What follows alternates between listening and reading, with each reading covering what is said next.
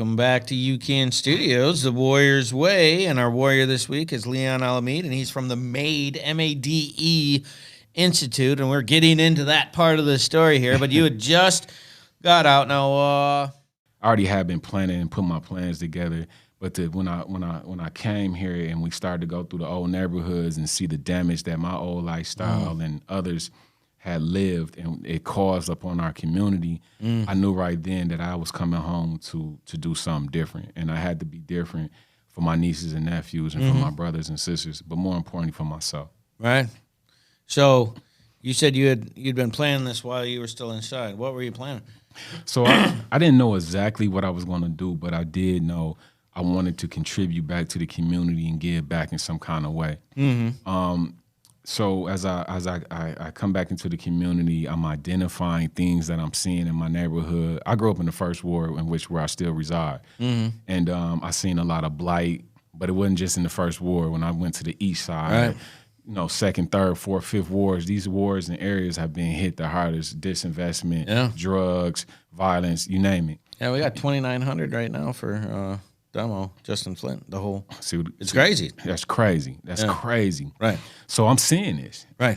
And you know, I'm just out and just being thankful to being out, trying to do the basic things, get a job, and wanted to do the right thing. And when I came home, it was a program I took advantage of at my workforce. And it taught the individuals who went through this program how to rehab homes. And that was pretty cool. And he was guaranteed a job for like at least 6 months. And so another individual that came home around the same time, we took advantage of that program. We were working for Flint Housing at the time.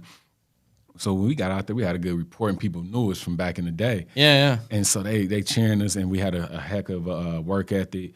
We ended up staying on that job for over a year. Wow. So they did what they could to make sure it kept us on with other people after 6 months was gone. You know, so I'm feeling good about myself. Just got me a charger. You know, I'm like, this is the lie. I just want to work. Yeah. You know, give me a nice lady, live my life. I'm free. Yep. Then things happen, you know. And Things happen. Things happen as always. And so the program gets shut down. It was a big scandal going on at Flint Housing at that time, embezzlement, whatever. And you know who first to go. Individuals who. The workers. The workers. Yeah. And so now back to the unemployment line, a couple months of that, struggling, tempted to going back to old ways. And the thing I really hold on to that really helps me get through is my faith. You know, my spirituality, you know, I recall I was this close, man, a day away from making a call to touch that bag again because I was struggling, and I'm in debt with the car, and everything. And God willing, man, this is all Allah. We say Allah or God, the universe. You know, I got a call. I had been putting in some applications, and I finally got a call. And this was late in the evening when I was like almost about to give up. Yeah. And I got a call, man, and I got a job opportunity. And from there, I just kept building, Wasn't the best, but it gave me a chance Got you through. Let you flow. Yeah, let me flow. Yeah. And then that job, but actually that job didn't last so long. So it's back to square one, and I'm like, I'm struggling because I'm like, I can't can't be stable. Right. And I never forget, actually, this building that we in, INN, there was a big conference here called Healing Flint. Dr. Shaw, who's a good friend of mine, was hosting this conference, and it was a big fundraiser. And it was over 200, 300 people was here, and they were doing this big fundraiser. And man, they had raised a lot of money doing that fundraiser, about $1 million. And I was like, wow, I was impressed. And I'm like, wow. And I asked someone, I said, what they're gonna do with the money? And they had said it was for helping folks in Syria. It was a big thing going on at that time, and some other things. And so I kind of challenged the room, you know, and I gave a real example of what was going on in North Flint, east side of Flint. And I knew a lot of these individuals are professionals, had doctors and offices and things in these places, which is cool. You providing a service, but what are you doing to give back? Right. And that was kind of my challenge. And from there, I had the opportunity to build with Dr. Shaw and some other individuals and express my vision. And he's a hell of a man. He gave me and the gentleman I came home with, Brother Tim, an opportunity here, and he gave us a job, man. And from there, working that job and learning something new, I knew still though I had to give back.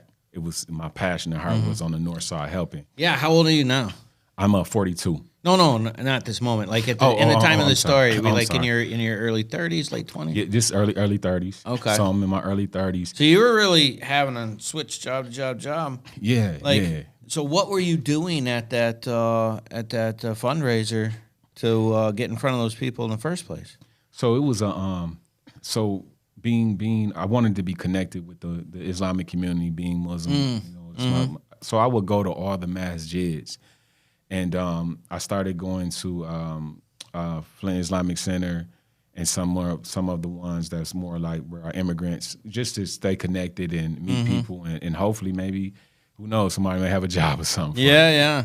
And so I was invited to that event, and I was just impressed, and I loved the unity and things that I was seeing. Yeah. But I knew I had something that people needed to hear, and when I had began to talk and have those personal conversations, things from there just kind of began to build for us. And because your idea makes sense.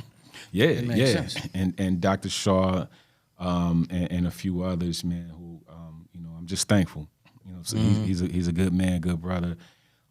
He's always giving back, creating opportunities for people, and I'm always indebted, man. I really respect him a lot, and he didn't have to, but from there, man, he like took me up under his wing, like I was his little younger brother, and we talked about multiple things, but the thing that I was really glued to him on was on business. He's a successful businessman, so I was picking his brain on how businesses and things operate, and then I'm sharing my vision and idea, and then from there, man, he actually gave us an opportunity in the building here. We had we started a program here in this office in IIN on the other side there, and it was called the 3 R's at the time: refine, reform, rebuild. And that was our introduction into the nonprofit side of things and business. That was short-lived because it was just a bunch of young folks trying to do something, but we really didn't have the experience and didn't really know exactly what we wanted to do. And a lot of the younger folks that started with us kind of faded off. Yeah. But myself and Tim, we stuck with it. And I was like, I can't let this go. And the thing that it was focused on was working with people coming out of prison, jail. Right. I knew how to relate to folks that been through things like myself. Yeah, and that's a skill, man. Yeah. Like you almost need to be an interpreter, because it's like they got checked out of life for 5, 10, 15, 20, and you got to catch up, like cell phones, internet. Absolutely. Like they don't. No, you're right. Like right. They have no idea what you're talking about, right? Facebook was different. Right. I didn't even know what Facebook was. Right. So I'm leaning. It's like you went into the future. Yeah. I'm leaning. I'm like, Facebook. What is Facebook? I'm like, so all these things were new to me, and adjusting to how technology and things were expanding, and our city and the world was changing. Yeah. And so just to fast forward a little bit after that was short lived, but I was like, I got to stick with this. Yeah. And so you and Tim stuck with it. 2015. I said, well, we. So how long? When you say stuck with it, how long are you talking there? Is that 2-3 years? Because that's what it sounds like. So yeah, it was 2 years. So it's lean. Yeah. It was like 2013. We dissolved 3 R's. In 2015, Made Institute was birthed. And so why the change? We just, because we had started going into the community, but when certain individuals that was originally with us quit and went their own way on things, we just wanted a fresh start. I got you. We didn't want to hold on to and you didn't want to have that baggage that would be there. Yeah. I got you. That makes sense. All right, so you do that. MADE, tell everybody what that stands for. Money, attitude, direction, and education. Yes, sir. I love it so much. Yes, sir. I love it so much. I got to get some swag. I will throw that sweatshirt down, baby. Man. Appreciate it, man. Hey, no worries. Definitely. So when you switched over to Made Institute, how old are you now? So 2015, I'm around 36. Okay, so you're 36. And how do you get the word out? Like, what do you do? Prior to that, in the midst of trying to figure out what we're going to do, I was always a community activist. So I'm always involved. I'm showing up at city council meetings, school board meetings, county commissioner meetings, mayor addresses, you name it, things in Lansing that we're going on with other groups. I'm just being involved, making sure my face is in the community. People, I had made up in my mind, you're going to remember this face. Right. You know, and I had got some good advice, and God bless the dead. He just recently passed by Brian Nolan, BB. He was someone who opened the door for me when I first came home. He knew me when I was younger, and he was one of the first people I went to at Burston, just trying to figure things out where I can get resources to help. And one of the things he told me was like, you got to be involved.